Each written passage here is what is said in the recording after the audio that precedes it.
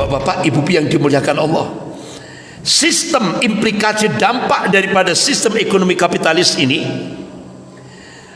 rakyat bukan menjadi beban negara, tapi negara jadi beban rakyat. Benar? Dengan sistem ekonomi kapitalistik itu bukan rakyat jadi beban negara, tapi negara jadi beban rakyat. Contoh sekarang, ketika negara, artinya istilahnya pejabat-pejabat melakukan korupsi, yang nanggung bebannya siapa? Rakyat. Jadi pejabatnya berfoya-foya dengan korupsi, ya kan? Sementara yang nanggung adalah rakyatnya. Hutang akhirnya luar biasa. Sekarang hutang Indonesia sudah hampir 8.250 triliun. Itu yang nanggung siapa? Rakyat. Bukan penguasa, rakyat. Makanya sekarang ya kan, apa itu, pajak, bahkan nanti sepeda apa, goes itu akan dipajaki semuanya pokok. Jadi sampai Ibnu Khaldun rahimahullah, beliau bapak sosiolog dunia Islam, tanda kehancuran sebuah negara itu kalau pajaknya semakin meninggi, semakin nekek kalau bahasa Jawa. Jadi rakyat itu diperas itu sampai persennya itu sampai persen yang terakhir, sampai seperti itu. Inilah sistem ekonomi kapitalistik.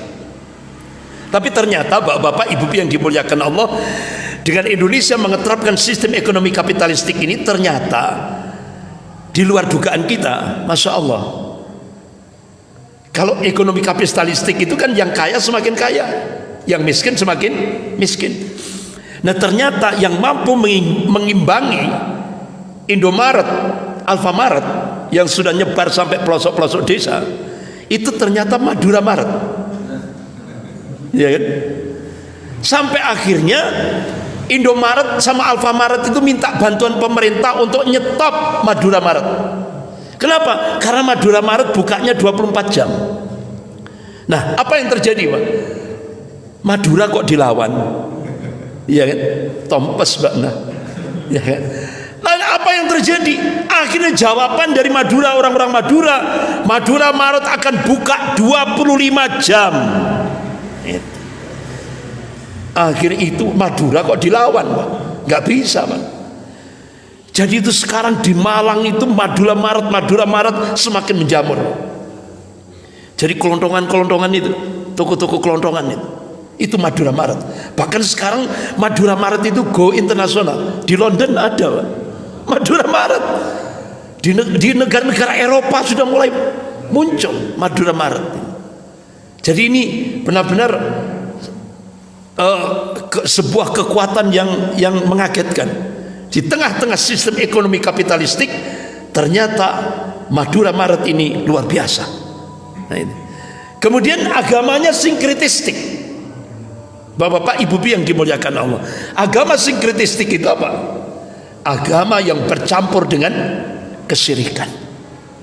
Nah ini disosialisasikan tidak tanggung-tanggung oleh Menteri Agama. Apa itu? Pluralisme agama.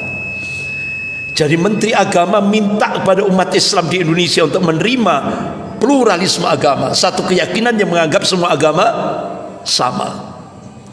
Akhirnya Majelis Ulama seluruh Indonesia mengadakan istimewa, seluruh Indonesia mengeluarkan fatwa pluralisme agama, salam pluralisme agama haram hukumnya. Akhirnya setelah ulama seluruh Indonesia mengeluarkan fatwa haram, Menteri Agama ditopang lagi oleh Ketua Dewan Pembinaan Ideologi Pancasila, Profesor Yudian Wahyudi, tidak haram. Sehingga sekarang umat Islam disuruh milih ulama atau milih Menteri Agama. Ini sudah kasihan orang-orang awam gitu, Pak. Karena apa? Jumhur ulama Ahlus Sunnah wal Jamaah sepakat, kalau kita menerima pluralisme agama, satu keyakinan menganggap semua agama sama, itu masuk nawaqidul Islam, batal syahadat kita, gugur iman kita. Nah, sebagai penutup karena waktunya sudah habis, Bapak-bapak, Ibu yang dimuliakan Allah. Nah, kira-kira apa implikasinya? Implikasinya apa? Ini persis apa yang diingatkan oleh Allah dalam surah An-Nahl ayat 112 itu. A'udzubillahi minasyaitonir rajim. Wa daraballahu matalan qaryatan kanat aminatan mutmainnah ya'tiha rizquha ragadan min kulli makan. Fakafarat bi an'amillah fadaqal libasal ju' wal khawf bima kanu yasnaun. Allah memberikan perumpamaan akan sebuah negeri yang dulunya aman, tenang, tentram, rezekinya melimpah ruah dari segenap tempat, dari segenap penjuru. Fakafarat bi an'amillah, tapi sayang penduduk negeri ini ingkar akan nikmat-nikmat Allah. Agama dipinggirkan dalam kehidupan berbangsa dan bernegara. Akhirnya apa yang terjadi? Fadaqah libasal ju' wal khauf. Akhirnya Allah pakaikan penduduk negeri ini al-ju', kemiskinan, mental miskin. Apa? Budaya korupsi akan menggurita di Indonesia. Sudah terjadi? Sudah terjadi? Ini dampaknya. Allah ngabarkan, Allah sendiri yang ngabarkan. Al-ju' wal khauf, masyarakat resah, takut. Ini Allah kabarkan. Tidak hanya itu, kemiskinan akan semakin membumbung tinggi. Dan itu hasil riset Universitas Indonesia. Sekarang angka kemiskinan di Indonesia sudah 52%. Sangat rentan sekali. Akhirnya apa? Kebodohan. Coba Pak, pada saat Pilpres kemarin, rakyat Indonesia mayoritas milih makan siang gratis, bukan pendidikan gratis. Kan ada dua tawaran. Yang satu pendidikan gratis, menawarkan pendidikan gratis, dan yang satu menawarkan makan gratis, makan siang gratis. Mayoritas rakyat Indonesia milih makan siang gratis. Akhirnya sekarang sudah muncul kebijakan orang miskin tidak boleh kuliah. Benar? Orang miskin tidak boleh kuliah, orang miskin tidak boleh sakit.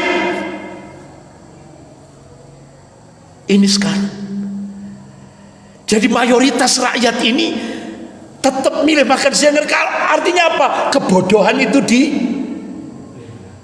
apa Pak?